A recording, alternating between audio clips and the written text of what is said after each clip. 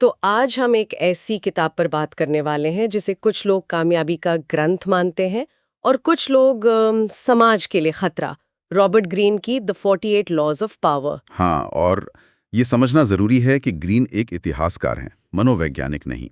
वो इतिहास से पैटर्न उठाते हैं, कहानियां बताते हैं कि पावर कैसे काम करती है, लेकिन हमेशा ये नहीं समझाते कि ये मनोवैज्ञानिक रूप से क्यों काम करती हैं। अच्छा। और यही इस किताब की सबसे बड़ी ताकत भी है और शायद सबसे बड़ी सीमा भी। बिल्कुल सही कहा। हमारे पास इस किताब के कुछ सारांश है, बुकी का एक काफी विस्तृत विश्लेषण है और साथ ही कुछ ऑनलाइन चर्चाएं और एक आलोचनात्मक लेख भी है जो इन नियमों की नैतिकता पर मतलब गंभीर सवाल उठाता है। जो उठाना भी चाहिए। शक्ति एक दो-धारी तलवार है ना। जी, तो आज हम इन 48 नियमों में से एक पर खास तौर पे ध्यान देंगे, जो शायद सबसे ज्यादा चालाकी भरा और हाँ विवादास्पद है। नियम 3, अपने इरादे छिपाएं। हम्म। हम ये समझने की कोशिश करेंगे कि क्या ये वाकई शक्ति पाने का अचूक मंत्र है या फिर ये आपको अकेला और अविश्वासी बनाने का सीधा रास्ता है।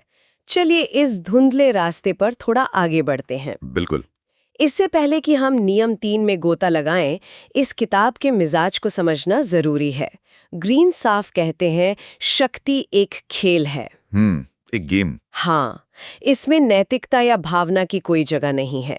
ये सब कुछ प्रभाव, नियंत्रण और अपनी जगह बनाने के बारे में है, जिसके लिए धोखा, चालाकी सब जायज है। और ये विचार सदियों पुराना है, मतलब ये कोई नई बात नहीं है। ग्रीन ने मैकियावेली से लेकर सन त्सू और बिस्मार्क तक 3000 साल के इतिहास को खंगाल कर इन नियमों को निकाला है। और किताब का एक केंद्रीय विचार ये है कि शक्ति के अखाड़े में आप असल में क्या है, इससे ज्यादा जरूरी ये है कि आप दिखते कैसे हैं। Perception is reality. बिल्कुल। इसका एक क्लासिक उदाहरण है नियम 1, कभी भी अपने मालिक से ज्यादा चमकने की कोशिश न करें।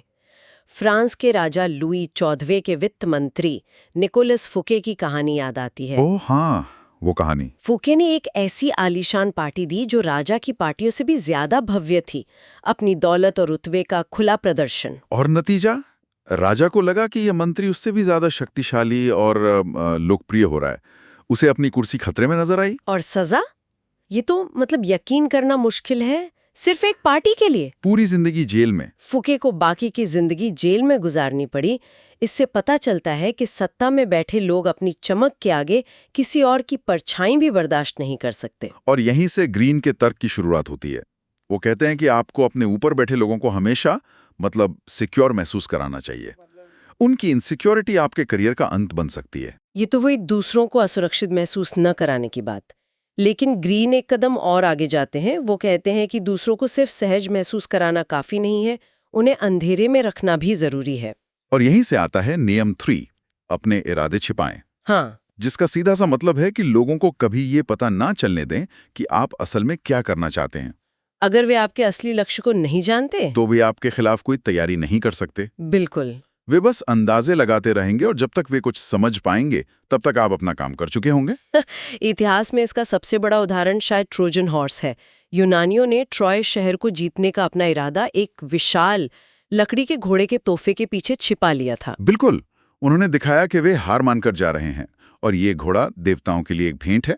ट्रॉय के लोग उस घोड़े को शहर के अंदर ले आए और रात में यूनानी सैनिक बाहर निकले और शहर पर कब्जा कर लिया। इरादा छिपाने का इससे बड़ा उदाहरण क्या होगा। सही बात है, पर वो तो एक पौराणिक कहानी है ना। क्या आज की दुनिया में जहां जानकारी इतनी आसानी से फैल जाती है, सोशल मीडिया पर हर छोटी बात लीक हो जाती है, इस तरह का धोखा वाकई संभव है? बहुत अच्छा सवाल है। इसका रूप बदल गया है, लेकिन सिद्धांत वही है। आज की राजनीति या कॉर्पोरेट सौदेबाजी को देखिए। एक नेता या सीईओ किसी सौदे के 10 मामूली बिंदुओं पर घंटों बहस करेगा, ये दिखाते हुए कि वही उसके लिए सबसे जरूरी है। हाँ, जबकि उसका असली लक्ष्य 11वां बिंदु होता है जिस पर किसी का ध्यान ही नहीं जाता। जब तक विरोधी पक्ष उन 10 बिंदुओं पर जीत हासिल करके थक जाता है, तब तक वो आसानी से अपना असली मकसद पूरा कर लेता है। इसे ही रणनीतिक अस्पष्टता कहते हैं। बिल्कुल, स्ट्रेटेजिक एम्बिग्युइटी। मतलब सिर्फ चुप रहना काफी नहीं है, क्योंकि अगर आप एकदम चुप रहेंगी तो लोग आप पर और ज्यादा शक करेंगे। ठीक है, ही बात है। ग्रीन की सबसे चालाक सलाह यही है। वो कहते हैं कि चुप मत रहो, बल्कि बोलते रहो। अच्छा। अपनी इच्छाओं, लक्ष्यों और सपनों के बारे में खूब बातें करो, बस अपने असली लक्ष्यों के बारे में नहीं। एक स्मोक स्क्रीन या धुएं का पर्दा बनाओ। ये तो कमाल की रणनीति है। इसके 3 फायदे साफ नजर आते हैं। 1, आप लोगों को बहुत मिलनसार और खुले हुए लगते हैं। 2, आपका असली इरादा उस धुएं के पर्दे के पीछे सुरक्षित रहता है। और 3, आपके विरोधी उन नकली लक्ष्यों का पीछा करने में अपनी ऊर्जा बर्बाद करते रहते हैं जो आपने उनके सामने फेंके हैं। ऑनलाइन चर्चाओं में भी लोगों ने ऐसे अनुभव बांटे हैं। स्ट्रैटेजिस्ट 101 नाम के एक यूजर ने बताया कि कैसे उसने एक प्रॉपर्टी डील में यही तरीका अपनाया। कैसे? वो लगातार पानी की सप्लाई और पार्किंग जैसी छोटी-मोटी बातों पर मोल भाव करता रहा, जिससे बेचने वाले को लगा कि खरीदार इन्हीं चीजों को लेकर परेशान है, जबकि उसका असली इरादा कुछ और था। हाँ, उसका असली इरादा उस जमीन के नीचे मौजूद मिनरल राइट्स को हासिल करना था, जिसका जिक्र उसने आखिरी पल तक नहीं किया। उसे वो डील बहुत सस्ते में मिल गई। वाह! और एक दूसरा user, leadership whisperer, team management को लेकर एक दिलचस्प बात बताता है। उसका कहना है कि जब उसने अपनी टीम को प्रोजेक्ट का पूरा रोड मैप बताना बंद कर दिया, तो वे ज्यादा रचनात्मक हो गए। ये सुनने में थोड़ा अजीब लगता है ना, लेकिन इसके पीछे एक गहरा मनोविज्ञान है। क्या? जब टीम को अंतिम समाधान या पूरा रास्ता नहीं पता होता, तो वे सॉल्यूशन फोकस होने के बजाय प्रॉब्लम फोकस्ड हो जाते हैं। वे हर कदम पर समस्या को नए सिरे से देखते हैं, अलग अलग रास्ते तलाशते हैं। तो इससे असल में ज्यादा रचनात्मकता और लचीलापन पैदा होता है। बिल्कुल, वे स्क्रिप्ट फॉलो करने के बजाय असल में प्रॉब्लम सॉल्व कर रहे होते हैं। तो ये सिर्फ दूसरों को धोखा देने के लिए नहीं है, बल्कि अप्रत्याशित नतीजे पाने का भी एक तरीका हो सकता है। मतलब आप लोगों को एक अनिश्चितता में रखते हैं। बिल्कुल, और अनिश्चितता लोगों को असहज करती है। जब वो समझ नहीं पाते कि आपका अगला कदम क्या होगा, तो वे रक्षात्मक हो जाते हैं। वे उस खालीपन को अपने डर और कल्पनाओं से भरते हैं। और इस प्रक्रिया में वे अक्सर ज्यादा बोलने लगते हैं, अपनी योजनाएं, अपनी कमजोरियां उजागर कर देते हैं। जबकि आप सिर्फ शांत रहकर जानकारी इकट्ठा कर रहे होते हैं, आपको एक इन्फॉर्मेशनल एडवांटेज मिल जाता है। इस स्मोक स्क्रीन का एक बहुत ही नाटकीय उदाहरण इथियोपिया के सम्राट हेली सेलासी की कहानी में मिलता है। उनका एक बहुत ही शक्तिशाली और खतरनाक प्रतिद्वंदी था, बालचा। जिसे सीधी लड़ाई में हराना नामुमकिन था। तो सेलासी ने लड़ाई की ही नहीं, उन्होंने बालचा को दोस्ती और बातचीत का न्योता भेजा। उन्होंने ऐसा माहौल बनाया जैसे वे शांति चाहते हैं और बालचा की ताकत का सम्मान करते हैं। उन्होंने बालचा के सम्मान में बड़ी बड़ी दावतें रखी, महंगे तोहफे दिए। और बालचा को लगा कि सम्राट उससे डर गया है और अब वो सुरक्षित है। वो पूरी तरह से लापरवाह हो गया। और एक रात जब बालचा और उसके सैनिक दावत और जश्न में डूबे थे, सेलासी की सेना ने उन्हें चारों तरफ से घेर लिया।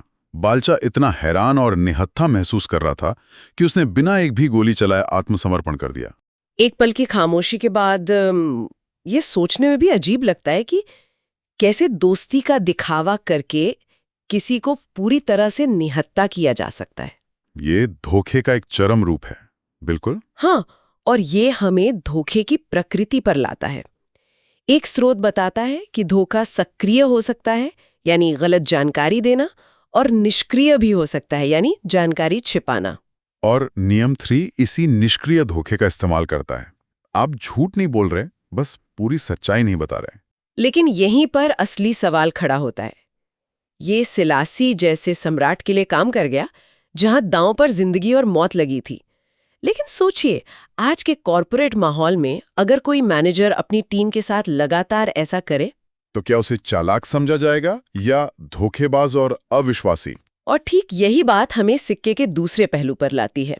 लूसियो बफलमानो नाम के एक आलोचक का तर्क है कि लगातार अपने इरादे छिपाने की आदत आपको एक बड़ा धोखेबाज या बड़ा फेक बना देती है। हो सकता है आप 1-2 बार कामयाब हो जाएं, लेकिन लंबी दौड़ में ये आपकी विश्वसनीयता को पूरी तरह खत्म कर देती है। क्योंकि इंसान बनावटीपन को भांप लेते हैं। अगर लोगों को ये लगने लगे कि आप हमेशा कुछ छिपा रहे हैं, कि आपकी हर मुस्कान और हर बात के पीछे कोई छिपा हुआ एजेंडा है, तो वे आपसे दूरी बनाने लगेंगे। वे आप पर कभी भरोसा नहीं करेंगे। और बिना भरोसे के कोई भी स्थायी शक्ति नहीं बनाई जा सकती। बफलमानो अपने एक सहकर्मी का उदाहरण देते हैं जो हमेशा अस्पष्ट रहता था, कभी सीधा जवाब नहीं देता था और उसकी हर बातचीत एक शतरंज की चाल लगती थी। शुरू में लोग उसे बहुत रहस्यमयी और बुद्धिमान समझते होंगे। बिल्कुल, लेकिन कुछ ही महीनों में सब उससे तंग आ गए। उसकी रणनीति उसी पर भारी पड़ गई। कोई भी उसके साथ काम नहीं करना चाहता था। कोई उसे जरूरी जानकारी नहीं देता था, क्योंकि उन्हें लगता था कि वो उसका इस्तेमाल उनके ही खिलाफ करेगा। तो वो ऑफिस में पूरी तरह अलग थलग पड़ गया। उसने छोटी छोटी लड़ाइयां जीती, लेकिन करियर का युद्ध हार गया। उसका मतलब ये है कि अगर आप पकड़े गए, जो कि आज की पारदर्शी दुनिया में बहुत आसान है, तो आपकी प्रतिष्ठा को जो नुकसान होता है वो उस छोटे से फायदे से कहीं ज्यादा होता है जो आपको अपने इरादे छुपाकर मिला था। बिल्कुल, ये एक बहुत ही जोखिम भरा खेल है। आलोचकों का तर्क है कि प्रामाणिकता और पारदर्शिता, भले ही वे आपको कुछ हद तक कमजोर दिखाते हों, लंबी दौड़ में ज्यादा टिकाऊ शक्ति का निर्माण करते हैं। जब लोग जानते हैं कि आप जो कहती हैं आपका मतलब वही होता है, तो वे स्वेच्छा से आपका अनुसरण करते हैं। हाँ, उन्हें हेरफेर करने की जरूरत नहीं पड़ती। ये एक अलग तरह की शक्ति है जो सहयोग पर आधारित है, धोखे पर नहीं। तो हम एक बहुत ही दिलचस्प मोड़ पे आ गए हैं। एक तरफ ग्रीन का कहना है कि दुनिया एक जंगल है और यहाँ सीधे साधे लोग शिकार बन जाते हैं। दूसरी तरफ आलोचकों का कहना है कि लगातार चालाकी आपको सबसे अलग कर देगी और अंत में आप ही शिकार बन जाएंगे। ऐसा लगता है कि असली कुंजी संतुलन और संदर्भ में है। शायद ये नियम हर वक्त हर किसी के साथ इस्तेमाल करने के लिए नहीं है। ये जीने का एक तरीका नहीं हो सकता। मतलब कुछ खास मौकों के लिए। हाँ, किसी बेहद प्रतिस्पर्धी सौदेबाजी में या किसी दुश्मन का सामना करते हुए यह एक उपयोगी हथियार हो सकता है। लेकिन अपनी टीम, अपने परिवार या अपने दोस्तों के साथ इसका इस्तेमाल वो रिश्तों को तबाह कर देगा। तो आज हमने शक्ति के नियम 3 की गहराइयों को टटोला। हमने देखा कि कैसे अपने इरादों पर पर्दा डालना एक शक्तिशाली रणनीतिक हथियार हो सकता है, जो आपको अपने विरोधियों पर एक निर्णायक बढ़त दिला सकता है। सेलासी से लेकर कॉर्पोरेट बोर्डरूम तक इसके उदाहरण मौजूद हैं। लेकिन हमने इसके गंभीर खतरों पर भी बात की। ये एक ऐसा रास्ता है जो विश्वास को नष्ट कर सकता है, आपको बनावटी और अवास्तविक दिखा सकता है और अंततः आपको सशक्त बनाने के बजाय अकेला कर सकता है। तो सवाल ये नहीं है कि ये नियम शक्तिशाली है या नहीं, बल्कि सवाल ये है कि इसकी कीमत क्या है। असली शक्ति शायद ये जानने में है कि कब, किसे और कितना बताना है। ये पारदर्शिता का एक रणनीतिक खेल है, छिपाने का नहीं। और अंत में एक विचार छोड़ जाते हैं। स्रोत इस बात पर बहस करते हैं कि क्या ये नियम सफलता का नुस्खा है या एक अविश्वासी मैनिपुलेटर बनने की विधि। क्या हो अगर असली शक्ति अपने इरादों को दूसरों से छिपाने में नहीं, बल्कि इतने स्पष्ट, इतने मजबूत और आकर्षक इरादे रखने में हो कि दूसरे स्वेच्छा से आपका अनुसरण करना चाहें, तब भी जब वे ठीक ठीक जानते हों कि आप कहाँ जा रही हैं।